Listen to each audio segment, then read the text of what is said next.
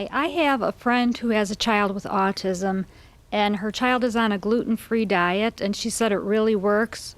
What's your thought on that? Yeah, have you heard that? I have heard that. I've heard it anecdotally, but I don't think it's been proven research-wise that gluten casein-free diets. However, it's not anything that's going to hurt an individual. So, you know, I say why not? It's most helpful when the entire family goes on the gluten casein-free diet. There are complaints about that it's expensive to buy. You know, the materials to make the gluten casein-free things, but there's nothing that's going to hurt anybody from being on that diet, but no research that's proving it.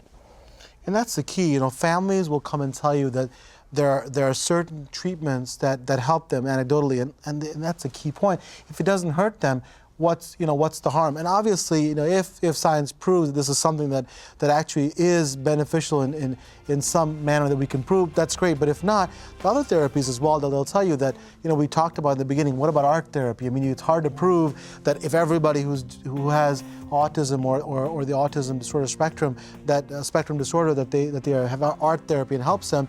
It's hard to prove that, but individually, if it helps, what's the harm? Right. And let's make it happen.